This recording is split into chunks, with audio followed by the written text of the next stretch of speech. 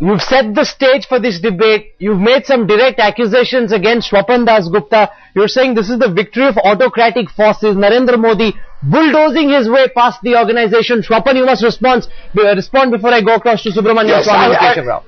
Yeah. Since Kumar Ketkar has used Marxist analogy, I will reply to him in Marxist analogy, in Marxist language. You see, there is one view of the party as a vanguard, of them being the people who are the most advanced section, and they take decisions on behalf of the class. And today what we have are two alternative models of one, the vanguard role, where the sun plays the role of the nucleus, and another that of the mass party. The reasons why Narendra Modi has been propelled to this exceptional situations is not because of autocratic methods. It's because of the popularity, the groundswell of popularity which he enjoys amongst the people who are committed to the BJP, who want to see a strong alternative to the Congress, and who are exasperated by the sense of drift which is happening within the BJP. So it's really the vanguard versus the mass party, two alternative models which have been played out. And I'm just going to say that it's wrong. I mean, it's to my mind, it's preposterous to use Stalinism. In other words, to suggest that Narendra Modi is the Stalin, and Mr. Nitin Gadkari, who is also to some very large extent a nominated president, he can be taken as the role of the great exemplar of democracy. I want to go across to Subramanian Swamy on what this means for the NDA and what the NDA makes of this, Dr. Swamy, because Narendra Modi is not necessarily the biggest ally magnet. The concern so far has been that he might repel some of your allies. But really, today is a very important day because so far, Jaitley, Sushma, Gadkari, Modi, they were all at the same level. Today, Modi has gone one step above everybody else.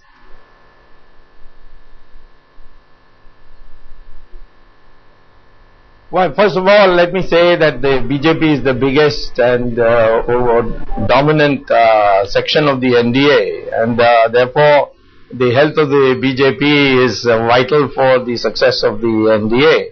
And with the midterm poll possibility looming large, I think it was about time that the BJP developed a certain amount of cohesion in and consolidation in its leadership.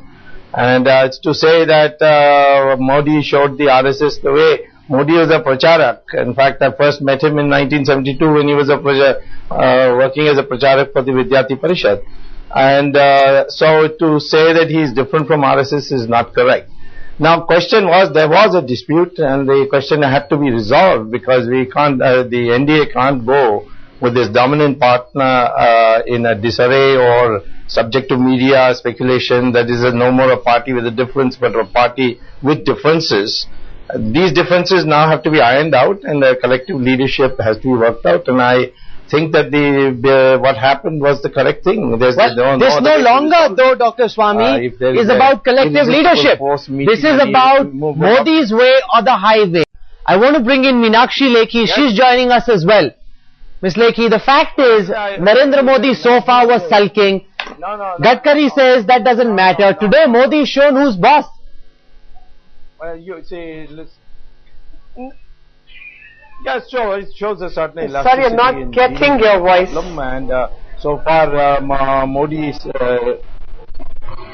well, I don't know. I mean, for you, it must be a disappointment that the BJP has resolved the problem.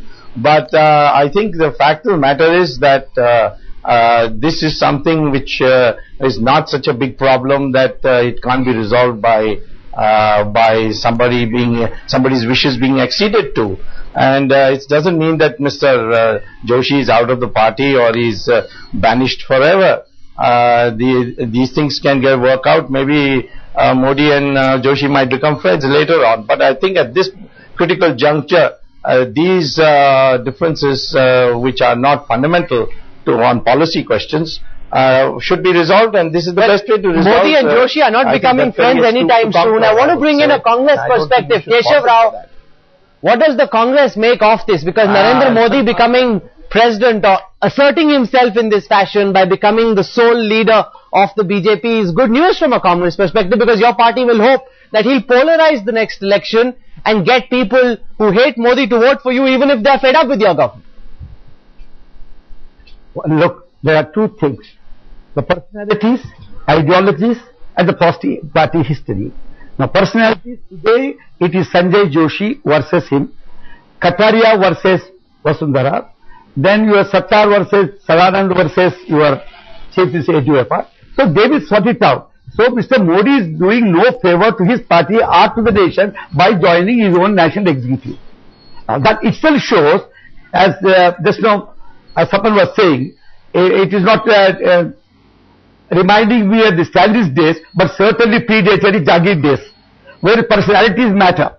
The big man in the village, when he walks, everybody looks to him, whether they follow him or not, another matter. Now look, but taking it seriously, today what ails BJP is not my business. It is for the BJP to sort out their problems. But what, according to the perception, general perception is, they lack some kind of a ideological moral ground.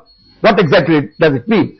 Now, Hindutva, if it is only based on religion, it was not liked at one point. I am not trying to today come out with polemics and say what is secularism. But that is, today Modi in the seat, in the center stage, will not be able to attract the regional allies which become necessary for NDA.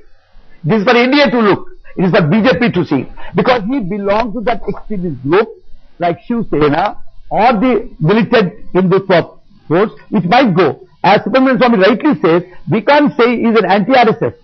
But nonetheless, one fact has come out. He might be an RSS man, but one fact is, today everybody thought the BJP has a lot of influence of RSS and Parivar. Today's presence of Mr. Modi at Bombay, against the background of all our own apprehensions or doubt that he would not agree, shows that that influence is not as much as people have been thinking. But how far it will be maintained, as Swamy says, they will consolidate the differences will be sorted out, is for them to look. But what would happen to ideology? What would happen to the programs? Will they become conservatives, like the British conservatives, the middle class coming up? What kind of vote banks they would like to create? Those are larger issues before the BJP, but today we've seen personality triumph over Parivar. You know, so far Meenakshi Lekhi, the BJP always said that we're a party about the Parivar, it's not about one personality, it's not about one individual. Today in the manner in which Modi has bulldozed his way, you know, it's really shown that personality has triumphed over Parivar. No, I don't agree with you. I think the decision making in BJP is very, very collective, and there are cohesive forces rather than divisional forces which are working.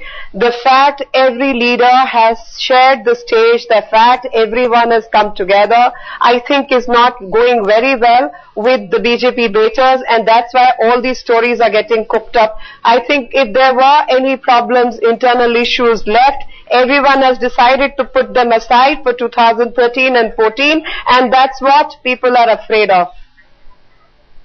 No, but Kumar Ketkar, is the BJP now admitting in some senses that its future actually lies with Modi? That this is all well and good because Nitin Gadkari's presidency, even before he gets a second term, has been reduced to a lame duck presidency.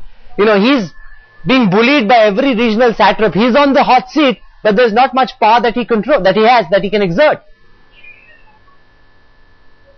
There are 2 points in this. Firstly, Modi does not have the so-called groundswell of support across the country. He has support only and only in Gujarat, and that everybody has to admit. But he does not have support in UP, he does not have support in Bihar, he does not have support even in Maharashtra, where Shiv Sena, which is his ally, so-called ally. But actually Raj Thackeray, MNS party, attended the function, which was Sadhana function at Narendra Modi's Gujarat. So there is nothing like groundswell support, national groundswell support for Modi. It's only in Gujarat where his autocracy prevails. And the second point is, by making the president of the party as virtually a second fiddle, you have created, or the BJP has created, a sort of extra constitutional authority within the party. Now, Narendra Modi will dictate terms to Nitin Gadkari, and Nitin Gadkari as a president will implement the diktats of Narendra Modi. As a result, it will not be so-called collective, cohesive, all-representative, democratic body. but it will be a body where the president of the party, nominated, elected, whatever he is, but he is the president of the party, he will be playing second fiddle to Narendra Modi, who will call the shots across the party, and they think that Narendra Modi being there, they will be able to win 2014 elections and he will become a prime ministerial candidate. I think that is completely out of chance, and there is virtually no possibility of Narendra Modi becoming prime minister, because within his party, notwithstanding Sanjay Joshi's resignation, within party there is tremendous opposition to Narendra Modi, and they all privately voice that dissent inside and privately, but not publicly. The BJP loves saying about our Prime Minister that he's in office but not in power. Can that not also be said about the BJP President now? Nitin Gadkari poised for a second term, but the manner in which he's being bullied by our regional leaders, Meenakshi Lekhi, would make it apparent to the entire nation that he's not really the man in charge.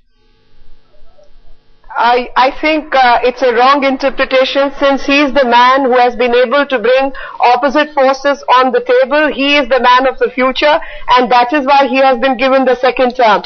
And second term, he just takes over and he has made a huge change, which is not going very well with the BJP baiters, and that is for everyone to see. So I think as a president, he's done a good job of putting everyone together on the same table. And all the leaders are seeing only 2013 and 2014, and which is a great thing. Well, let's look at some of the facts, whether it's NRI businessman Anshuman Mishra's Rajya Sabha nomination, whether it is, the people that he hires or brings on board to do all the poll surveys for him, whether it is what's happening with Yediyurappa, whether it is what's happening with Modi. It's very clear that no one listens to him in the party. He's the president in name only. No, I'm sorry. No, I think you are making a very unfavorable comments, that in spite of whatever has happened in Anshuman Mishra's case, in spite of whatever has happened in Karnataka, the party is still together. There has not been a split. Everyone is seeing him as the president. Everyone is there to see what he has to serve on the table for everyone, and he in fact is the person who has brought Mr. Modi also on the same dais as everybody else. I think that's a huge result, and that is why a lot of people are uncomfortable and are spreading these kind of rumors about him. Kumar Ketkar, they're saying it's BJP baiters who don't like the fact that Modi and Gadkari will now work together, who are worked up. They want you to believe that Gadkari is in charge and that he's the best person to be president for the next 2 years.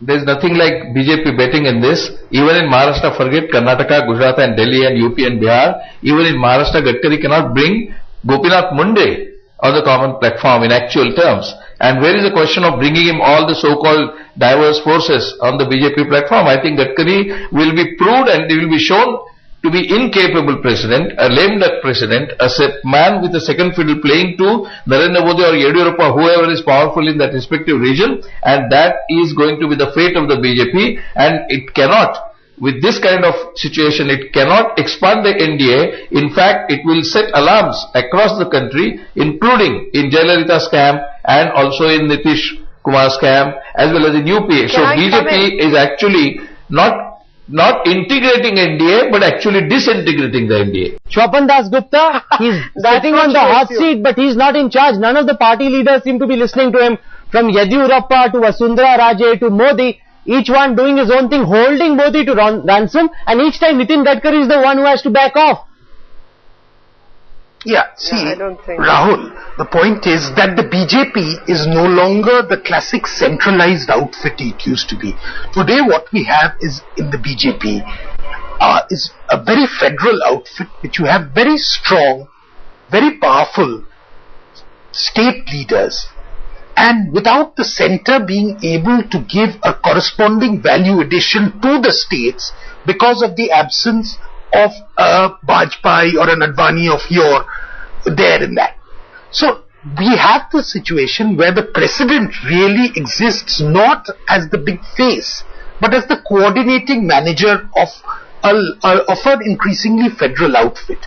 Now I think what Narendra Modi's increasing prominence in national affairs, I'll leave it at that for the moment. I don't think we can talk about him being the prime ministerial candidate as yet, because I think that's a bit premature.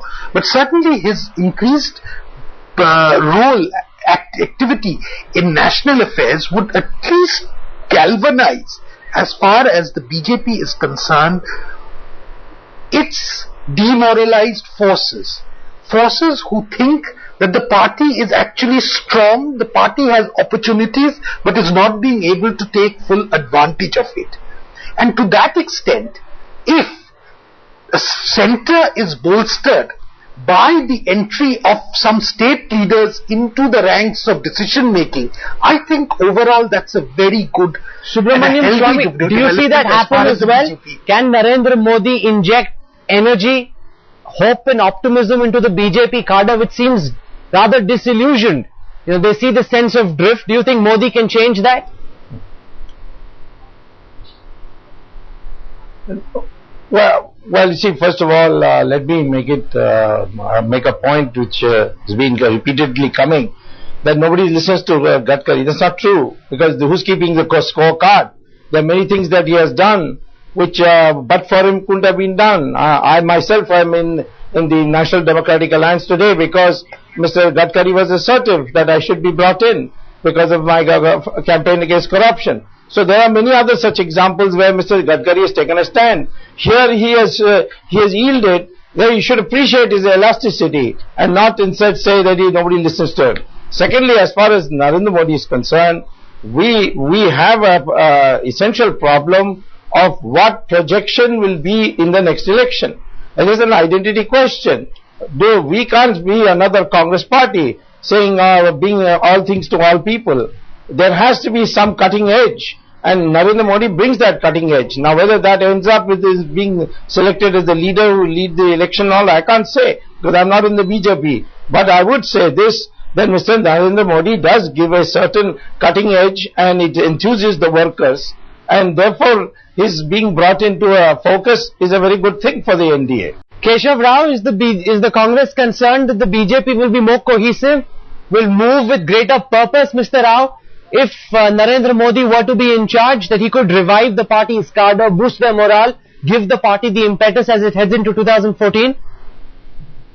Rahul, I would rather go with Kumar Khelkar. What he does as far as the political parties are concerned, how he would go to attract them, I have already told you, because it all depends on the hard and the soft lines that the party has been taking ideologically. So Narendra Modi belongs to the other extreme side. It's another matter because he has a personality, as we have earlier said. But let me tell you, the self-Modi campaign that you are now trying to promote has nothing to do with the Gujarat development. Because I would explain only 3 facts. Today, what the Indian businessman faced with this kind of a slowdown and insecurity and uncertainty are looking for some authoritative regime like Modi, where they will be favored with some kind of a day-20 partisan what you call bailouts or basically pro-business policies. Number 2, they will have Modi Tata Nano model of government business solutions. Because you know what Tata said, in 2 days I got my nano cleared. If a project of nano size can get in 2 days, now what it means you can better understand. Because today the subsidies that Modi has been offering to these businessmen, particularly let us look at the case of nano, is 60% of the price of the car. The third, look at this degeneration with the Indian business culture. They are looking for the political connections, which easily Modi will be able to give you. So this is one aspect where Modi is favored by one section of the Indian society, that is the corporate sector. As far as the people are concerned, they go with the ideology of BJP. There are no takers at all. There is Hindutva of earlier days. The days of Vajpayee and Advani is nearly over. They are looking for the next generation. Next generation is not looking to Ratha Yatras. Next generation is not looking to your Hindutva models. What they are looking for the economic models.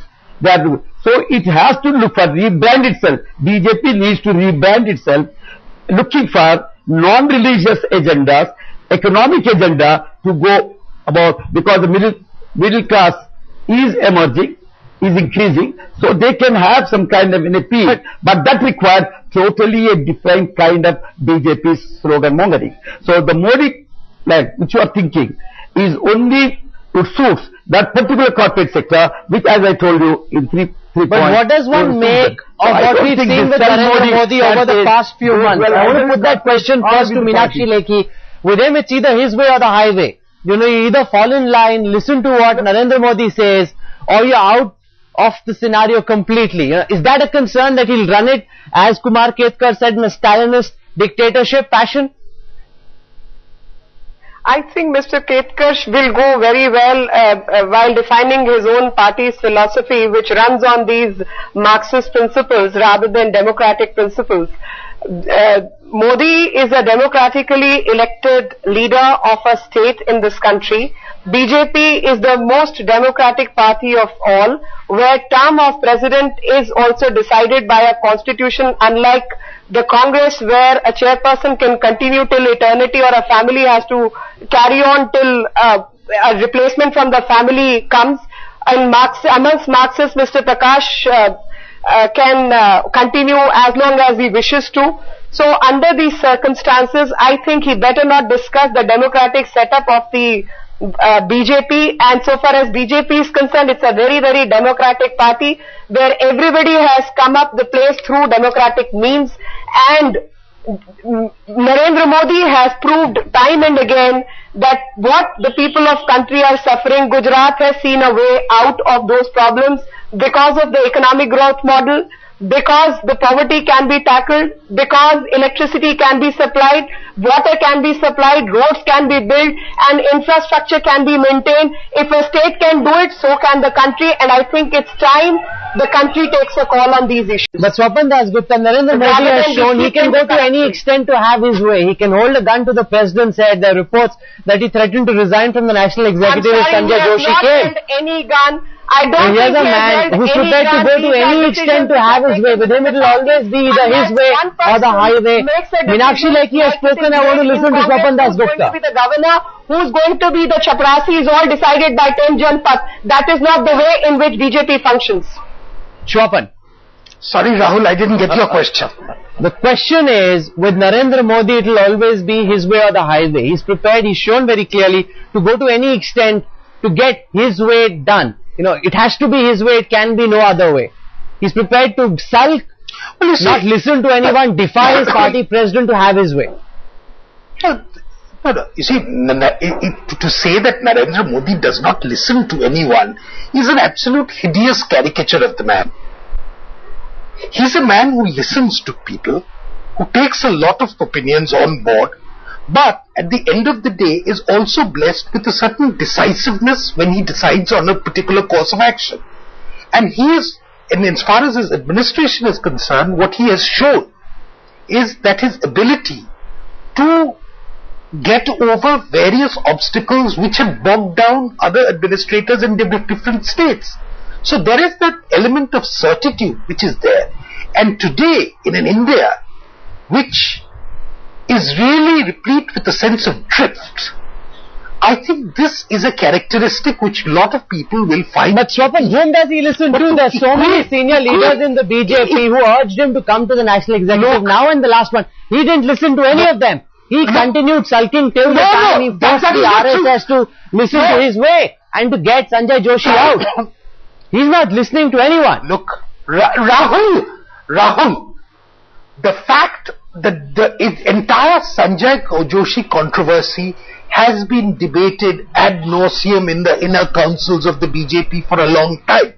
And let me tell you this, that among the names you mentioned were people who very, very strongly felt that on this issue, Narendra Bhai deserves our full support. Because if for some reason or the other he feels so strongly about it, it is to be accommodated. Remember, Atal Bihari Vajpayee also felt very strongly about Govindacharya. Atal Bihari Vajpayee felt very strongly about Nanaji Deshmukh. I think though then you didn't have to say that Atal Bihari Vajpayee was a Stalinist, that he was an autocrat. That was never said. Okay, let Kumar Ketkar respond to that. Keep it in perspective. You have to look at it in perspective between Sanjay Joshi and Modi. If the party and the president had to choose, they would choose Modi. There is no question about that. Kumar Ketkar respond to Swapan. Well, actually Vajpayee did not participate in Rath Yatra. Vajpayee did not hype the campaign of Hindutva. Vajpayee called Narendra Modi not having Rajadharma. Vajpayee in fact indicated that Narendra Modi should resign. I don't think Vajpayee should be equated anywhere with the construct of the BJP that has come to be believed by the people. And RSS itself is a non-democratic body which decides who should be the BJP president. BJP is supposed to be a democratic body. So talking of democracy, which Meenakshi Lekhi does, I think it is absurd, for RSS itself is a non-democratic body and now it is imposing its will, and that will is further governed by another autocratic person. For instance, do you know any single other name that Narendra Modi of a minister in Gujarat? Nobody knows, because all the ministries, all the administrative decisions, all the so-called decisiveness is handled only by one person. We don't know any other minister. No other minister gives interviews, and every other minister. There are 24 hours in a day. Nobody can function like that. He has a very strong administrative team, and he has a very devoted set of. He has administrative, but there is no other minister. I don't think there is no other minister. There is no other minister having a voice. Single-handed decision. There is no minister having a voice in Gujarat, and that you can hear. You go to Gujarat and talk to them. You are not the minister who are you to speak on their behalf. You will come to know as journalist. I don't belong to any party. I don't belong to any party, so don't attribute any party motive to me. I have been to Gujarat as a journalist, and a lot of people don't belong to parties, but they have party affiliations. Tell us that Narendra Modi does not take anybody in confidence while taking his decisions, and the so-called decisiveness. Have you tried to offer any help to him? I have talked to the BJP persons inside will not even be an admitted evidence. I think you can go on cooking up facts as you like. Fortunately for me, I am a journalist, and many people inside the BJP confide in me about what they actually experience in the BJP, which you will not, because you are part of the BJP. I want to bring in Subramanian Swamy on the last issue that we'll be debating on this show. Meenakshi, you want to just respond to what Kumar Ketkar said, then I want to just shift our attention to the larger debate. You see, my point is, all that he's saying is speaking not from his personal experience but hearsay, and has no bearing. The fact Gujarat has progressed, the way whatever is the decision making is less faulty than what is happening in the center.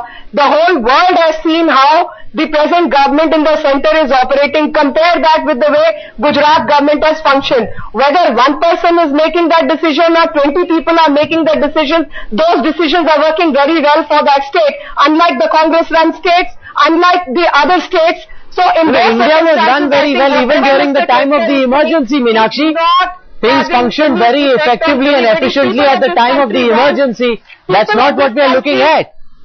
Efficiency of the administration. Efficiency of the administration, efficiency the way governance needs to be done. There are no scams, there are no QGs, and there are no coal scams. So under the circumstances, people of this country deserve far better than what they have been getting. The deal I have one final question to all our guests before I wrap up this debate this evening. I want to go across first to Subramanian Swamy. So good for BJP. Meenakshi, you had your say. I want to go across to Dr. Subramanian Swamy. Can Narendra Modi ever run a coalition? A man who's very clearly demonstrated with him, it's always his way or the highway. Can he ever take together different forces? You know, God forbid if he ever has someone like a Jayalalitha or a Mamata Banerjee on his side whom he has to take along with him. Do you really think this man has the potential to be able to do so? Dr. Swamy? We've seen he shares a very close relationship with Jayalalitha and Mamata. Well, Dr. Swamy. I've known Modi since 1972. And I've known Modi since 1972, and I know that when he thinks that the other side is not personally biased against him, he is very, very accommodative. And I'm pretty sure that if he is given the leadership, he will make a magnificent success of it. He has been demonized in a way which shocks me. After all, look at what has happened in Hashimpura and Meerut, which I have taken up 25 years ago. Nobody talks about that. Nobody talks about the Sikh killings. And this Gujarat thing has been put on him to make him look like an ogre. He is nothing like that. if he gets an Overblown. opportunity which the BJP has to decide, I'm not in the BJP, he will not. Keshav He Rao, will be then. can will Modi be run a coalition absolutely a government? Can he person take who forces who doesn't don't stand for necessarily have the nonsense. Who same doesn't view as stand for him? nonsense. Can he take